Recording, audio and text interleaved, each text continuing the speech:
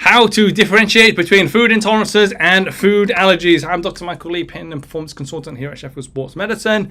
Thank you for joining me today because the answer may surprise you because, a lot of people think they're the same thing, but ultimately they are completely different. So let's define both of these first. An allergy, a food allergy, these are the things that, say for example, people have big reactions to like peanuts, for example. They have peanut, they go into like an anaphylactic shock, which essentially it's life-threatening. So when we're looking at allergies, these are the big issues. These are the things that are really, really dangerous because they're life-threatening. So if you're looking at food allergies, then essentially you should be being assessed by at least your GP and a specialist so that you have something like an EpiPen. And an EpiPen is basically adrenaline because when someone goes into anaphylactic shock, they need adrenaline to then actually, control the blood, and then it calms down the system as well. So if you are looking at allergies, you should actually have something like adrenaline very close by, and particularly if you went to school with a child that that had like a peanut allergy, and that they'll have an EpiPen just in case and if they were exposed to peanuts, or actually there was another child today, they had an allergy to eggs, and it's not even eating eggs, it was touching eggs. As soon as they touch eggs, the whole face, the whole hands would start to blister and go red and get really angry, and then they can't breathe very well, and then of course they needed adrenaline to calm down the whole system. So that is the reaction of food allergies. And if you are like in a nutritional space or dietetic space, you'll be looking at things we call it the IgEs, right? And those are the markers in blood that we know actually these are the things that someone could be allergic to. But in terms of food intolerances, that is something completely different, because an intolerance is essentially something that your body cannot tolerate.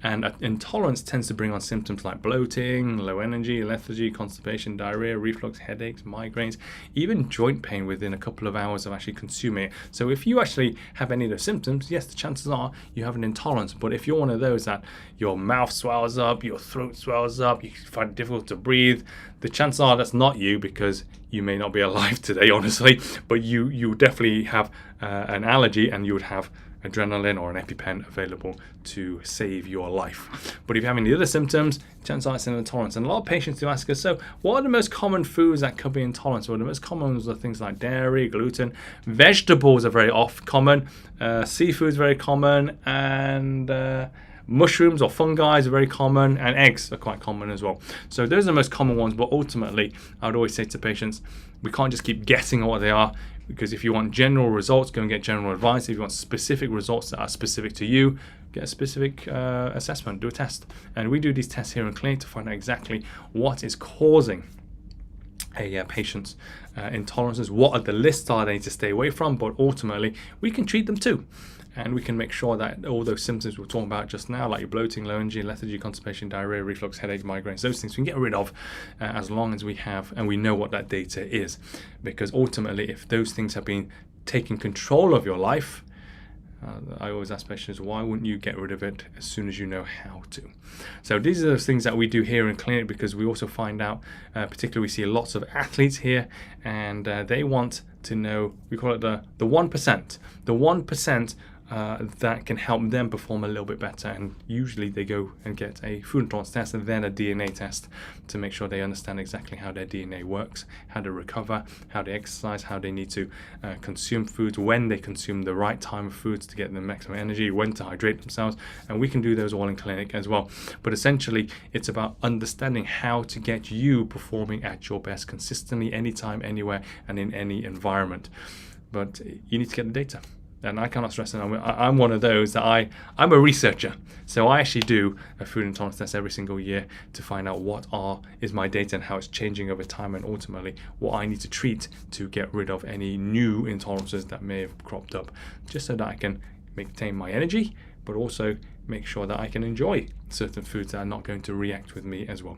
So if you are getting any symptoms, like I mentioned before, like bloating, low energy, lethargy, constipation, diarrhea, reflux, headache, migraines, or even joint pain within a couple of hours of consuming something, then food intolerance may be for you. We do have a special offer this this month in December, just because we know everyone's very festive, and it may be worthwhile knowing, after your festive or seasonal meals, that actually when it comes to New Year or after Christmas, I know exactly what I need to do to stay away, or what I need to do or the foods I need to stay away from, or what I need to get treated. So when you start the new year, you start the new year running.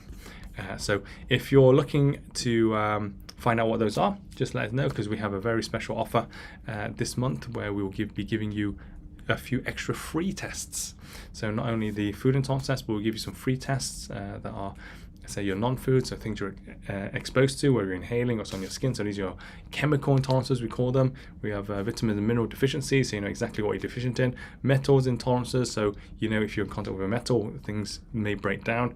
A gut biome, so if you have all the good bacteria in your gut. Hormonal test, and the last one we're giving for free is also an enzyme test to make sure you have the enzymes to break down the food so you can absorb it. Because if you don't have the enzymes, you may not be able to break down protein, you may not be able to break down fats, you may not be able to break down carbohydrates, and then actually it doesn't matter how much you're consuming, it makes no difference, it just goes straight through the system.